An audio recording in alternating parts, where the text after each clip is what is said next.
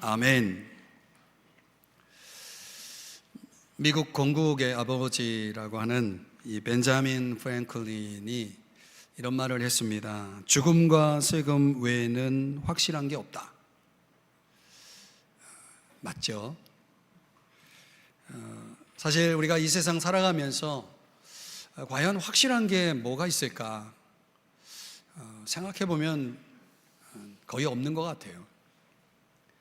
그럼에도 불구하고 사람들은 이 certainty, 이 확실한 거에 대한 깊은 욕구가 있죠. 그래서 그 욕구를 채우기 위해서 어디를 갑니까? 점집을 갑니다. 컬트. 이 점집에 가가지고 이 점쟁이들에게, 포춘텔러에게 그걸 이제 묻잖아요. 제가 이제 길을 가다가 어느 곳에 가니까는 그 젊은 커플이 들어가가지고 열심히 뭘 듣고 있더라고요. 보니까 어딘가 봤더니 점집이더라고요. 좀 데이트하다가 그런 데 들어가서 뭐 묻는 사람들이 많다고 그러죠.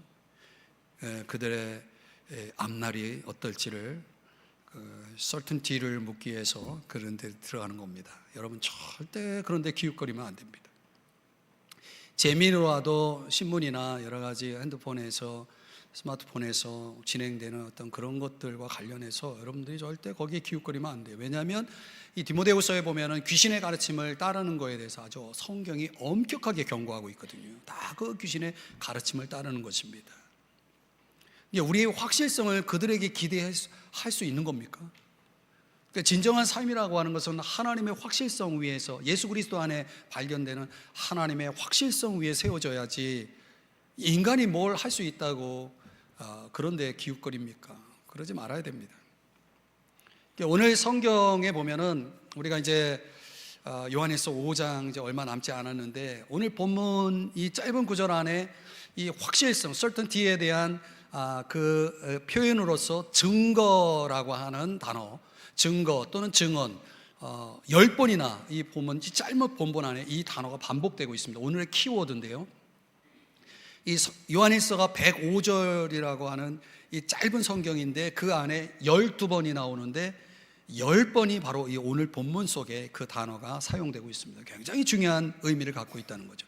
우리가 지난주에 1절에서 5절까지 본문을 묵상한 게 뭡니까? 우리가 예수님을 이제 하나님의 아들로 믿는다라고 할 때 그 믿음이 가져오는 유익이 세 가지가 있다. 우리를 그리스도인 되게 하고, 또 저와 여러분으로 하여금 이제 하나님 안에서 우리를 어떻게 합니까? 이제 하나님께서 복되게 하시죠. 그래서 세상을 이기게 하기도 하고, 수평적으로는 형제를 사랑하고 형제자매를 사랑하는 그런 삶을 살게 한다라고 말씀을 드렸죠. 그런 유익성을 우리가 생각할 때 우리는 당연히 예수 그리스도를 하나님의 아들로 믿어야 하는데, 요한은 여기에 더 첨부해가지고 우리가 예수를 하나님의 아들로 믿을 수밖에 없는 확실한 증거에 대해서 그 certainty에 대해서 오늘 세 가지를 우리에게 더 강조를 해서 제시하고 있습니다. 오늘 우리가 이 본문을 묵상하면서 아마도 요한일서를 살펴보는 여러분들이 개인적으로 성경을 읽으면서 가장 난해하고 어렵다라고 생각되는 본문이 오늘 직결되어 있는 이 내용이거든요. 이 본문의 말씀 속에 저와 여러분이 예수 그리스도를 우리가 하나님의 아들로 믿을 수밖에 없는 확실한 증거 세 가지 함께 생각해 보도록 하겠습니다. 첫 번째는 역사적 증거입니다. 역사적 증거. 자, 6절 말씀에 보면은 이런 표현이 나옵니다. 물과 피로 임하신 이시니. 누가요? 예수 그리스도가. 물과 피로 임했다라고 하는 이 단어는 엘코마이라고 하는 단어인데 오셨다 이런 뜻이거든요. 그러니까 예수님이 이 세상에 오신 분인데 뭘로 오셨냐면 물과 피로 오셨다. 도로시 세이어스라고 하는 사람이 한 말이지만, 이 역사 안에 일정한 날짜를 정해놓고 시작하신 분, 유일한 분, 그분이 바로 예수 그리스도죠. 그분은 정해놓고 인생을 사신 거죠. 그리고 그분의 인생 속에 가장 중요한 것을 집약해서 몇 년 안에 그걸 이루십니다. 우리는 그것을 공생애라고, 공적 삶이라고 말을 하죠. 그 예수님의 공적 삶을 대표하는 두 가지 중요한 사건이 있는데 그게 물, 피, 이 두 가지로 설명할 수 있는 겁니다. 예수님이 이 땅에 오신 목적은 인류를 구원하기 위해서, 저와 여러분을 구원하기 위해서 오셨잖아요. 예, 구원 사역을 이루기 위한 방편으로 주님이 보여주신 게 두 가지, 물, 피라는 거예요. 물로 임하셨다라는 것은 세례를 받으신 사건을, 역사를 강조합니다. 예수님이 세례 받으실 때 물속에 들어갔다 나오시잖아요. 그 세례 받으실 때 어떤 일이 벌어지냐면 하늘에서 하나님 아버지의 음성이 들려오기를 이는 내 사랑하는 아들이요 내 기뻐하는 자라, 이렇게 말씀하시고 그 위에 예수님 머리 위에 성령이 임하시는 장면이 설명되고 있습니다. 예수님이 세례를 받으셨다는 것은 곧 무엇을 의미하냐면 그분이 하나님의 아들로서 이 땅에 오셨다라는 걸 증명해 주는 겁니다. 그런 증거죠. 또 피로 임하셨다라고 하는 것은 당연히 골고다 십자가에서 피 흘리심을 말씀하죠. 예수님이 이 땅에 오신 목적은 십자가에서 죽기 위해서 오신 겁니다. 그 피로 임하신 그분을 통해서 성경은 그분이 십자가에 죽으신 그분이 하나님의 아들임을 증명해 보이기 위해서 여러 가지 사건들이 일어납니다. 예수님이 십자가에 달리실 때 초자연적인 어둠이 몇 시간 동안 임하고 또 땅에 지진이 일어나고 그 당시 성소에 성전의 그 휘장, 하나님의 임재를 상징하는 장소를 가리고 있었던 커튼이 위에서 아래로 찢어지는 이런 아주 상징적인 사건들이 벌어집니다. 이 모든 것들은 그분이 하나님의 아들 되심을 증명하는 증거로서 나타난 겁니다. 더 결정적으로는 마태복음 27장에 예수님이 십자가에서 피를 흘리실 때 그 장면을 아주 가까이서 목격한 사람이 있었는데 그가 여러 사람 중에 한 사람, 백부장으로 소개되는 사람입니다. 이 백부장은 예수님의 십자가형 처형을 집행한 집행관입니다. 로마 장교입니다. 근데 그가 십자가에 달려 피 흘리신 예수님의 모습을 보면서 이런 고백을 했다는 거예요. 마태복음 27장 54절에 보면 이는 진실로 하나님의 아들이었도다. 여러분, 이 집행관 백부장이 사실 십자가 처형을 한 번, 두 번 한 것이 아니거든요. 수없이 많은 죄인들을 십자가 처형으로 처형하는 일을 했던 사람이에요. 그 똑같은 장면을 수없이 보아왔지만 유독 예수님의 이 십자가 처형의 현장 속에 그는 깊은 인상을 받게 되는 것입니다. 그리고 그 입술을 통해서 이분은 진실로 하나님의 아들이십니다라는 상상할 수 없는 고백이 나온 거예요. 여러분, 하나님의 모습을 이런 죽음이라는 것, 고통, 모욕, 슬픔, 불행, 우리가 상상하는 하나님의 모습이라는 것은 이런 게 아니잖아요. 적어도 하나님이라면 지금 예를 든 이런 죽음이라든가 슬픔이라든가 고통이라든가 이런 것들은 하나님에게는 사용될 수 없는 단어들이잖아요. 그런데 도대체 이 백부장은 그런 예수님의 모습 속에서 왜 그분을 하나님이라고 결론을 내렸을까요? 이게 미스터리죠. 수많은 그 십자가 처형의 형장의 목격자로서 왜 그는 예수님의 그 십자가 처형을 그 모습 속에서 그분을 하나님이라고 결론을 내렸을까? 그것은 어느 누구도 보여줄 수 없는 사랑을 깨달았기 때문이죠. 그 십자가에서 말이죠. 이 백부장의 고백이 주는 울림을 좀 우리가 깊이 묵상을 해볼 필요가 있는 것입니다. 십자가라는 것은 이 백부장의 고백 속에서 우리는 두 가지 선택을 보는 것입니다. 예수를 무능한 하나님으로 볼 것이냐, 사랑의 하나님으로 볼 것이냐. 이 백부장은 후자로 본 것입니다. 십자가라고 하는 것은 하나님에 대한 우리의 상상을 완전히 깨부수는 사건이었던 것이죠. 하나님이 죽었다는 사실은 이거는 상상할 수 없는 거잖아요. 그런데 그 십자가라고 하는 것은 하나님이신 그분, 모든 걸 할 수 있는 그 힘이 많으신 분이 그 힘을 포기하는 사건이었다는 거예요.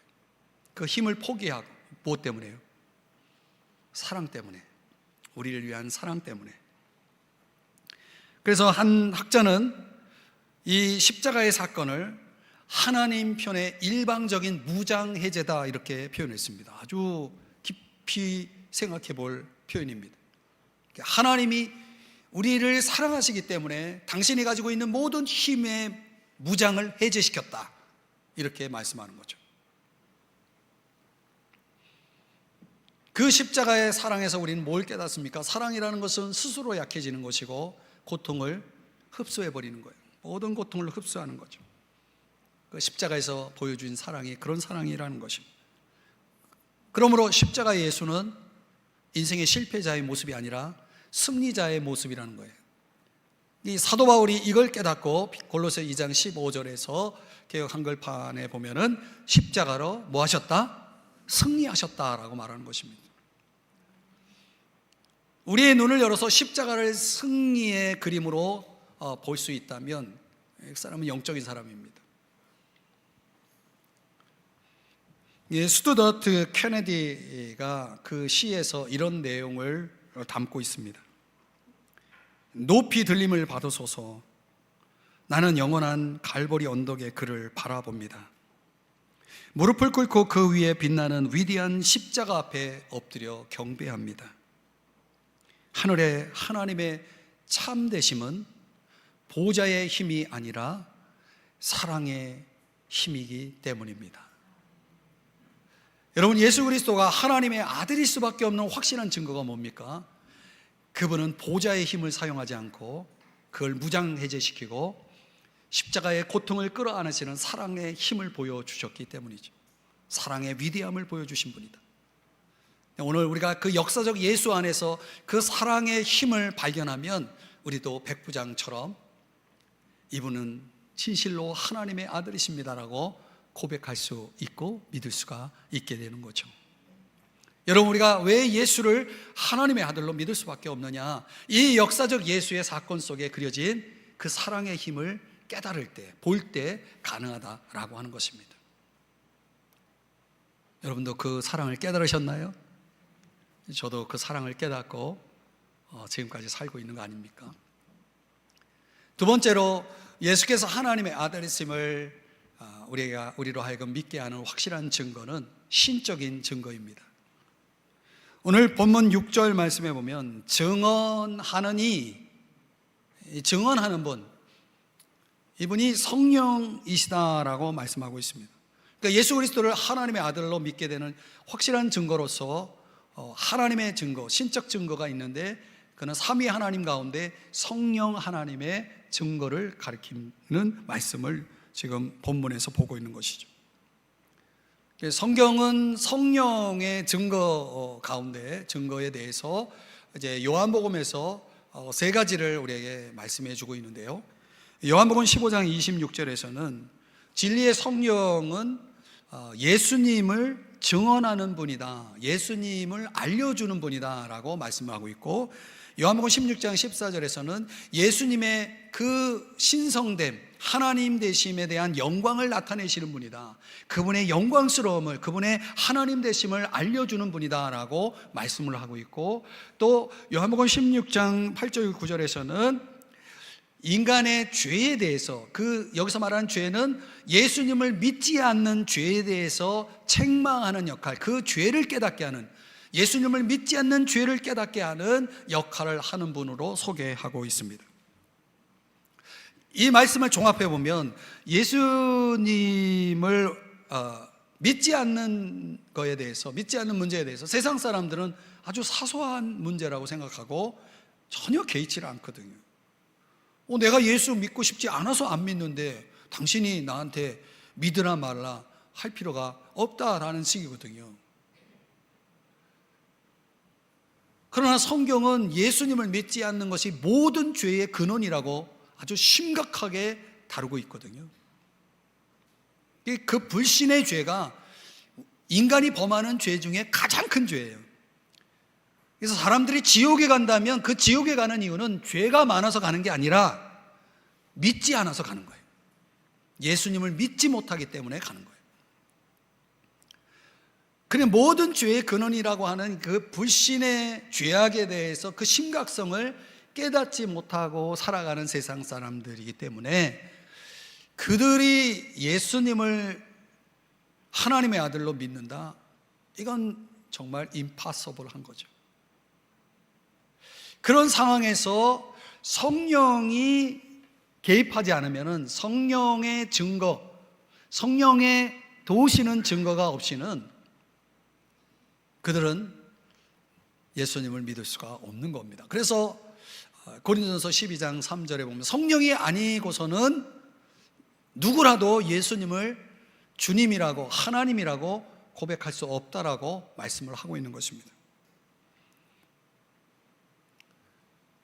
이 오순절 마가의 다락방에 모인 수많은 사람들, 그 3천여 명의 사람들이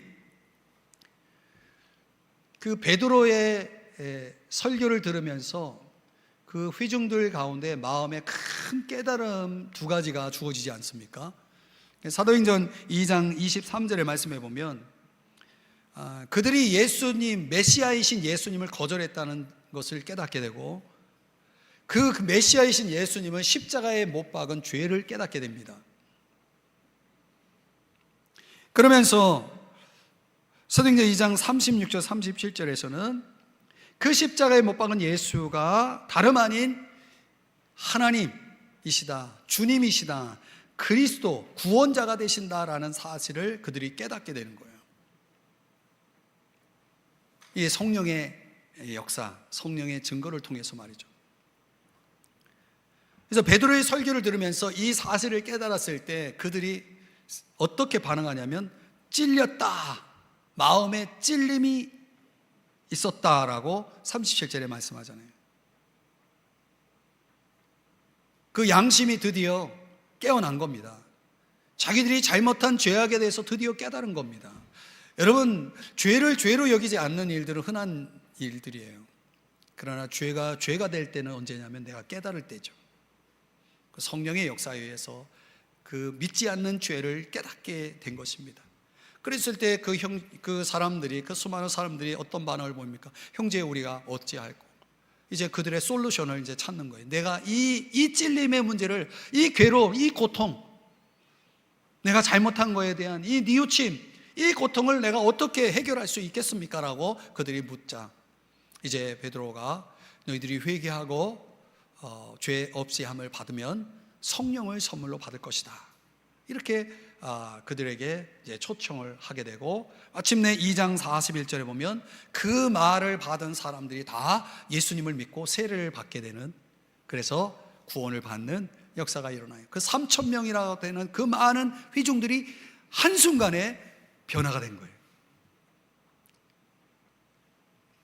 여러분, 어느 날 저도 어느 기도회 모임에 참여했다가 두 가지 사실을 깨달은 거 아닙니까?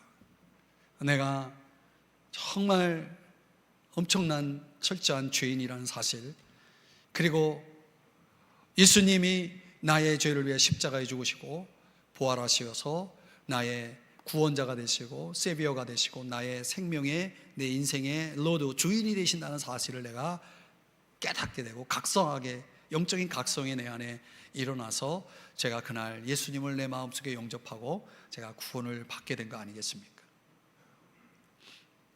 저는 수많은 사람들에게 그 역사적 예수에 대한 이야기를 들었거든요. 누가 와서 전도를 하면 조롱하고 오히려 그들을 비난하고 하는 그런 사람이었거든요.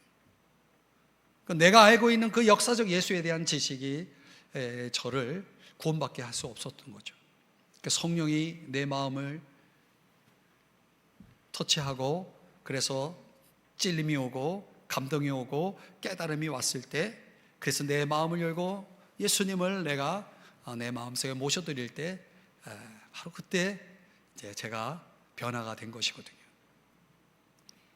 그러니까 이 오순절 마가다락방에 모였던 그 3,000명이나 되는 그 수많은 사람들이 역사적 예수에 대한 지식이 없어서가 아니라 그 지식이 있음에도 불구하고 그들이 무엇을 잘못했는지, 어떤 것이 죄인지, 그들이 어떻게 해야 되는지 그들은 아무것도 할 수 없는 속수무책의 그 무능한, 철저하게 무능한 사람이었다는 거죠.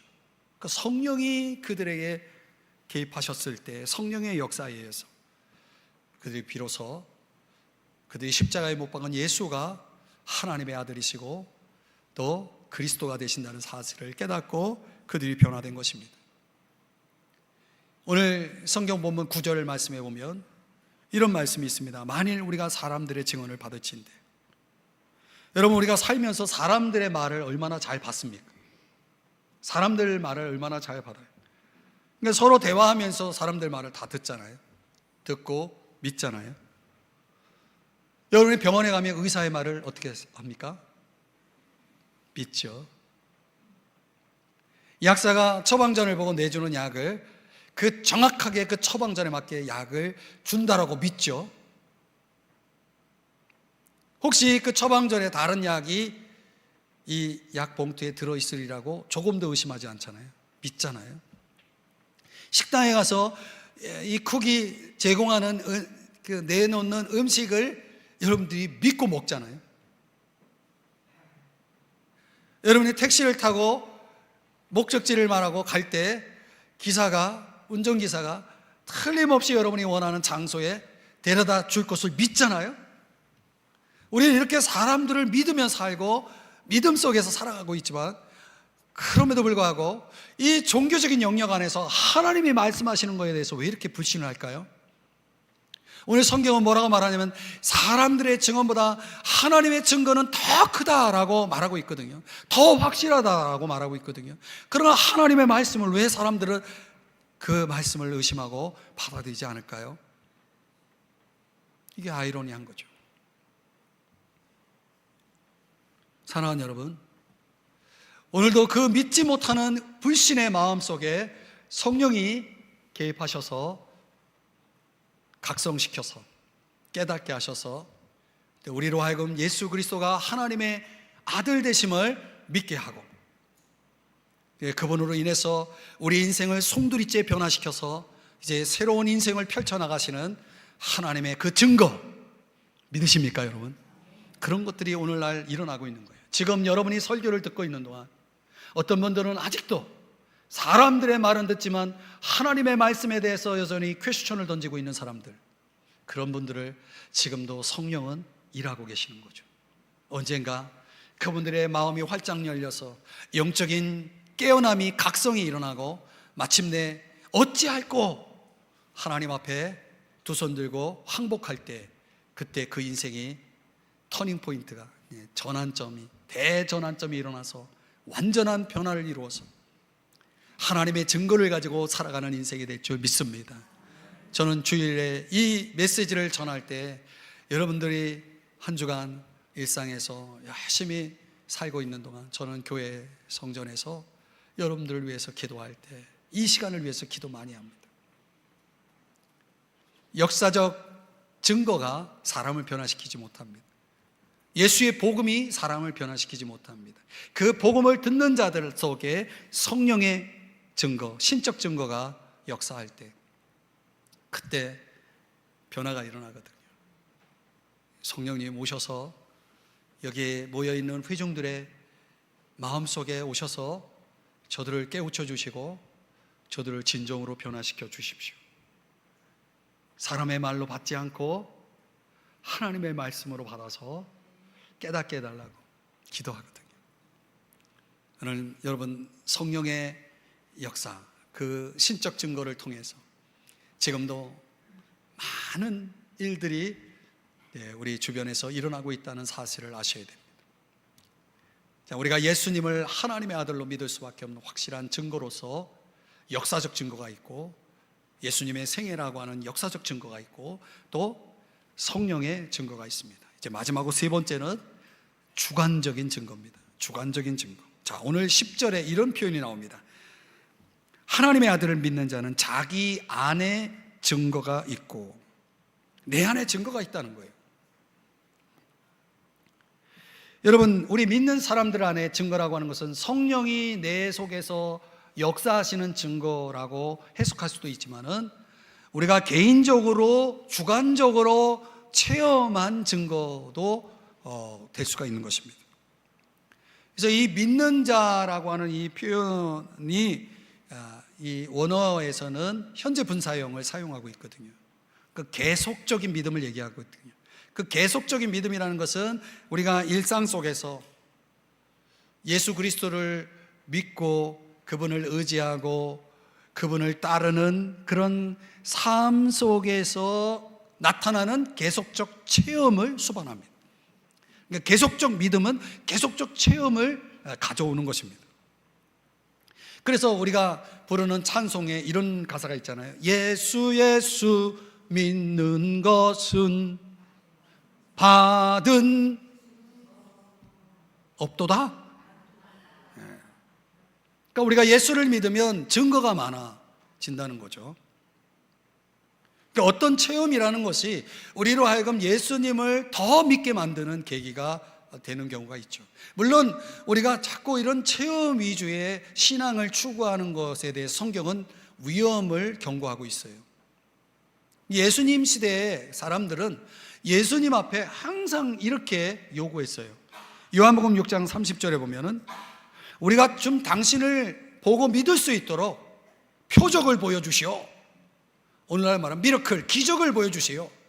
당신이 내가 믿을 수 있도록, 당신을 내가 믿을 수 있도록 기적을 보여달라고 이렇게 요청을 했다는 거예요. 이 말은 뭡니까? 내가 당신을 좀 이제 제대로 믿기를 원하는데 그걸 위해서 결정적인 체험을 하고 싶다는 얘기 아니겠습니까? 저도 처음에 예수님 앞에 접근할 때 이렇게 접근했거든요. 난 하나님이 있다는 걸 믿지 못하겠다는 거예요. 그러니까 하나님이 계시면 나에게 보여달라고, 내가 알 수 있는 방법으로 하나님이 살아계시는 걸 보여달라고 제가 하나님 앞에 요청을 했거든요. 그랬더니 보여주시더라고요. 그래서 믿었죠. 믿다 보니까 목사가 됐지만, 이게 어떻든 여러분, 우리가 내가 믿고자 할 때 하나님, 내가 믿음을 가질 수 있도록 보여주세요, 기적을 이루어 주세요 라고 요구하는 것이 잘못된 게 아니라는 거예요. 그래서 내가 믿을 수 있다면 하나님은 기꺼이 그 표적을 보여주시는 분이시라는 거죠. 그래서 예수님도 요한복음 14장 11절에서 이런 말씀을 했어요. 행하는 그 일로 말미암아 나를 믿으라. 예수님이 행하시는 것들을 통해서 믿음을 가질 수 있다는 거죠. 여러분에게도 이런 체험이 있나요? 예수님을 믿는 계기가 된 어떤 체험 말이죠. 저는 그런 증거들이 너무 많아요. 왜냐하면 저도 의심 많은 도마처럼 의심이 많았거든요. 저의 의심을 깨는 그런 증거들이, 기적들이 많이 일어났죠. 등록금이 없다고 기도하면 등록금을 생전 보지도 못한, 만나지도 못한, 알 수도 없는 분에게서 등록금이 뚝 떨어지질 않나.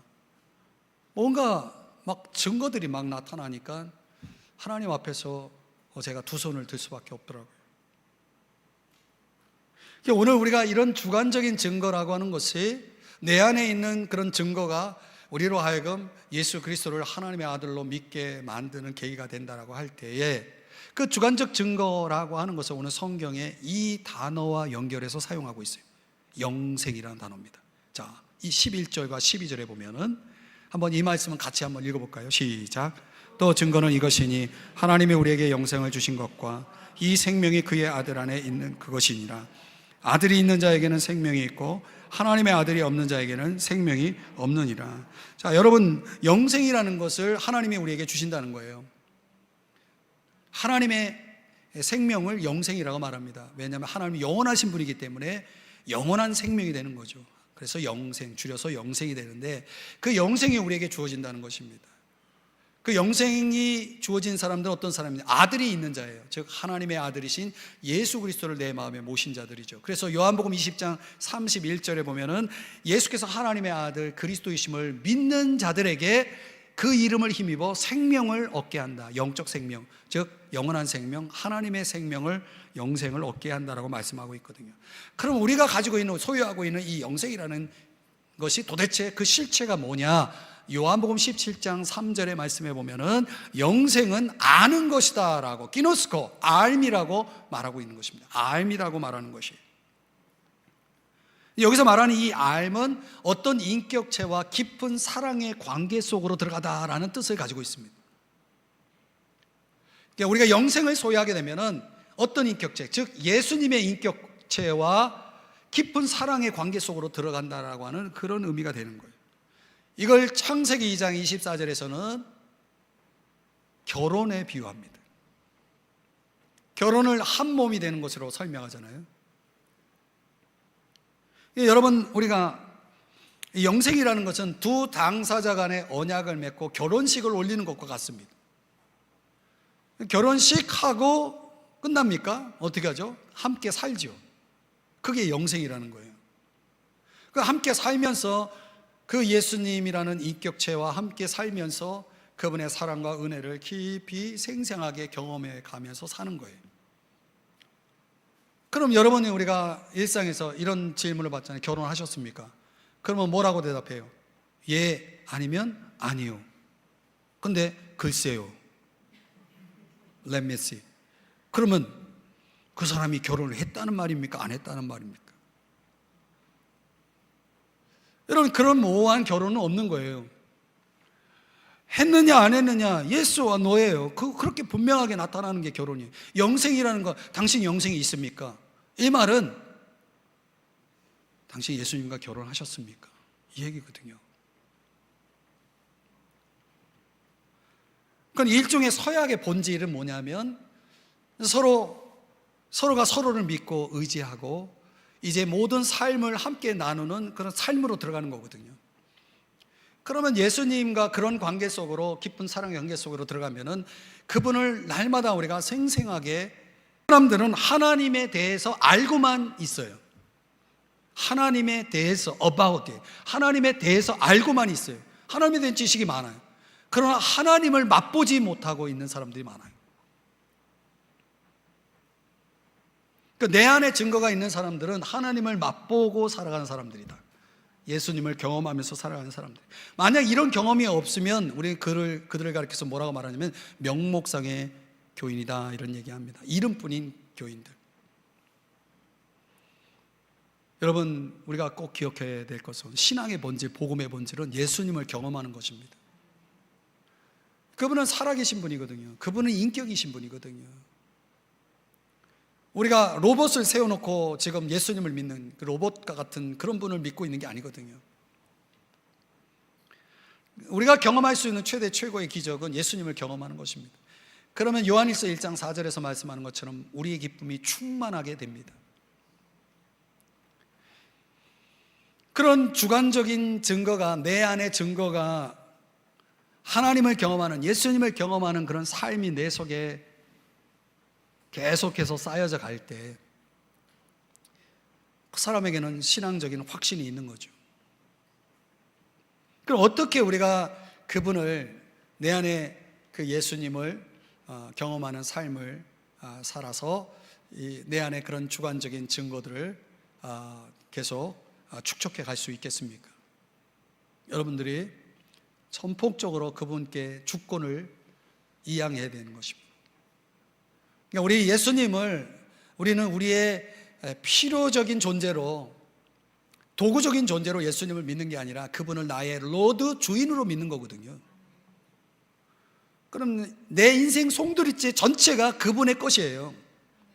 그렇게 믿어야 그게 성경적인 믿음이고 구원 얻는 믿음이고 여러분이 하나님을 경험하는 믿음이에요.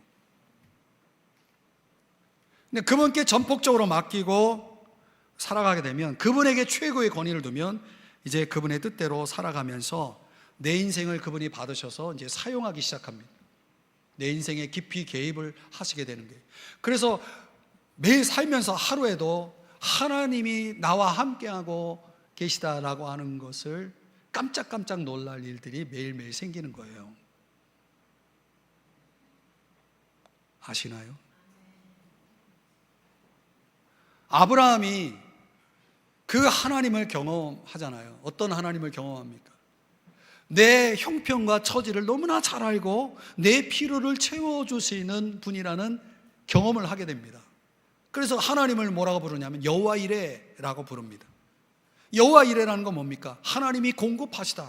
내 인생에 뭐가 필요한지를 그분이 어떻게 그렇게 알고 채워주실까? 그분은 틀림없이 전능하신 분이구나. 그분이 할 수 없는 일이 없는 거구나. 그분에게 문제가 없는 거구나 하는 거거든요. 아브라함은 그런 삶을 사는 거예요. 그런 기적들을 경험하며 사는 거예요. 모세가 아말렉 족속과 전투를 벌일 때에 하나님을 향해 손을 드니까 전쟁에서 승리하고, 손을 내리니까 전쟁에서 또 패배하고 하는 이 장면을 보면서 깨달아요. 하나님을 향해 손을 들어야 내 인생이 이기는구나. 즉 내 인생의 주인은 그분이구나 라는 사실을 깨달으면서 하나님을 뭐라고 부릅니까? 여호와 니시라고 부르는 거예요. 그 하나님을 경험해서 나온 이름이거든요. 하나님의 이름. 그럼 모세는 항상 내 인생의 주인이 하나님이기 때문에 항상 하나님을 향해 손을 들고 하나님께 붙어서 하나님의 도움을 구하면서 사는 거예요. 그런 경험을 가지고 있는 사람들은 계속 하나님을 여호와 니시로만 알고 살아가는 거예요. 여러분, 우리가 하나님의 본질을 깊이 이해하는 것이 너무나 중요하다는 것을 말씀드리는 겁니다. 집에서 아이들이 자기 마음대로 해주지 않을 때, 엄마 아빠에게 뭐라고 말해요? 나 사랑하지 않지? 그렇게 말하잖아요. 자기 마음대로 해주지 않는 것에 대해서 아이들의 해석은 뭡니까? 사랑하지 않는구나. 나를 사랑하지 않는구나. 맞습니까? 맞습니까? 정말 사랑하지 않는 겁니까?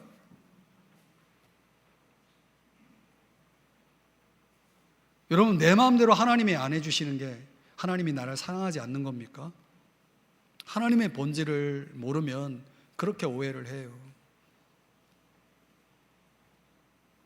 사랑은 변함이 없는 겁니다. 내 환경이 어떠하든지 하나님이 나를 사랑하시는 건 변함이 없는 겁니다. 그분이 십자가에서 독생자 예수 그리스도를 죽게 하신 분이거든요. 그러니까 하나님의 본질은 사랑 아닙니까? 사랑은 환경이 어떠하든지 항상 하나님은 선하신 분이다라고 하는 것을 보여주는 거예요. 하나님은 전능하세요. 전능하시면 나를 아실 거 아닙니까? 또 내 필요를 아실 거 아닙니까? 그럼 충분히 그분은 내 형편을 아시고 나를 도와주실 수 있는 분이라는 것을 보여주는 거예요. 하나님이 전지하세요.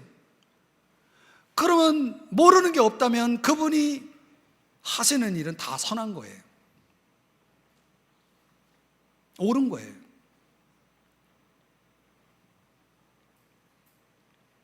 사랑하는 여러분, 우리가 하나님을 왜 경험해야 됩니까? 예수 그리스도께서 하나님의 아들 되심을 믿기 위해서라도 경험해야 되겠지만, 이 경험, 주관적인 경험들을 통해서 저와 여러분이 확실한 믿음을 갖게 되면 그 하나님이 내 인생 속에 개입하시는 그 생생한 체험들을, 많은 증거들을 내가 안고 갈 수가 있는 거예요. 찰스 웨슬리가 기도하기를 살아있는 믿음을 품게 하소서, 이런 기도를 하거든요. 그러니까 우리의 믿음이 살아있어야 되는 거예요. 그 살아있는 믿음은 뭘 한다? 그가 말합니다. 그 믿음은 모든 것을 이기며 거대한 산도 옮길 수 있습니다. 실제로 기도의 역사가, 그 믿음의 역사가 그런 일이 벌어지거든요. 모든 걸 옮길 수 있거든요. 근데 사람들이 말합니다. 목사님, 그건 틀린 말입니다. 그렇지 않습니다. 그렇게 생각한다면 그렇게 생각하는 근거가 뭡니까? 내가 기도해 봤는데 안 되더라. 이거 아니겠습니까? 다음 주에 설교가 기도거든요. 여러분, 하나님의 본질을 알면 기도도 깨닫습니다. 하나님은 사랑이신 분입니다. 하나님은 전지하시고 전능하신 분이십니다. 우리가 믿음 생활한다고 하면서 그 믿음 속에 주어지는 수많은 증거들을, 그 주관적인 증거들을 내가 다른 사람에게 고백하고 간증할 수 없다면 참 그 믿음은 부끄러운 믿음인 거죠. 왜 내 인생을 그렇게 초라하게 만들어 가십니까? 하나님을 믿는 분들이 그분을 경험하셔야 됩니다. 이제 말씀을 정리해 봅니다. 마취제를 발견한 사람이 있죠. 제임스 심프슨. 그가 그 클로로폼을 발견하고 좀 많은 사람들에게 이제 알려지고 유명해지지 않았습니까? 근데 그와 관련된 일화 가운데 그가 임종 전에 친구가 와가지고 이제 이런 질문을 던지는 거예요. What are your speculations? 당신이 이제 죽어서 어떻게 되리라고 예측하니? 뭐 해석을 한다면 그런 질문을 던진 거예요. speculation을 물은 거예요. 그러니까 이 심프선의 대답이 이렇습니다. 예측? 나 그런 예측 나에게는 없어. 그러면서 디모데후서 1장 12절의 말씀을 인용하면서 내가 믿는 분을 내가 알거든. 그분은 내가 그분에게 의탁한 내 인생, 내 생명, 내 모든 것, 내 미래까지도 그날까지 그가 능히 지키실 줄을 나는 확신해 라고 답했다는 거예요. 여러분, 우리는 우리 인생을 예측하는 자입니까? 확신하는 자입니까? 그러려면 믿는 자를 아셔야 됩니다. 내가 믿는 분을 알고 있어야 되는 거예요. 그 알미 있어야 되는 거예요. 우리는 예수님을 하나님으로 믿는 분들입니다. 그러면 우리는 틀림없이 세 가지 증거가 있는 거예요. 역사적인 증거가 있고, 그렇죠? 그 생애 속에 보여주신 그분의 그 뜨거운 사랑을, 그 영원한 사랑을, 그 말할 수 없는 사랑을 우리는 알고 있는 사람들이, 그 증거를 가지고 있는 사람들이고, 또 성령의 그 증거로서 오늘도 내 삶에 깊이 개입하셔서 나의 약함을, 나의 죄악됨을 깨닫게 하고 예수 그리스도의 절대적 그 니들을 필요를 알게 하시는 성령의 증거가 내 안에 있고, 내 삶 속에 날마다 그 모든 만사를 주관하시고 다스리고 계시는 전지하시고 전능하시고 사랑이신 그분의 그 주관적인 체험의 증거가 내 속에 채워져 있어야 되는 거예요. 그게 믿는 사람들이라는 거예요. 그렇게 믿으면 이제 우리가 할 일은 이겁니다. 그분의 음성을 들어야 되는 거예요. 그분이 뭘 원하시는지, 그분의 뜻이 무엇인지를 성경을 통해서, 기도를 통해서, 교회 예배를 통해서, 또 환경을 통해서 하나님의 음성을 들으셔야 되는 거예요. 그리고 그 안에서 틀림없이 하나님이 뭘 내게 원하시는지를 깨닫게 되는 거예요. 그 깨달음을 내가 순종하면 이제 어떤 일이 벌어지는 겁니까? 많은 증거를 얻게 되는 것입니다. 바울처럼, 심프슨처럼 뭐예요? 확신을 갖게 되는 것입니다. 오늘 이 말씀을 여러분에게 전하면서 이 역시 저의 전함을 통해, 제가 전하는 지식을 통해서가 아니라 성령의 터치를 통해서 여러분들에게 오늘도 깨달음을 주시고, 정말 이제 믿는 자라는 껍데기만 가지고 살아가는 것이 아니라 정말 많은 증거를, 많은 그 체험적 이야기를 가지고 사람들 앞에서 당당하게 확신 있게 살아가는 여러분의 인생이 되기를 주의 이름으로 축복합니다.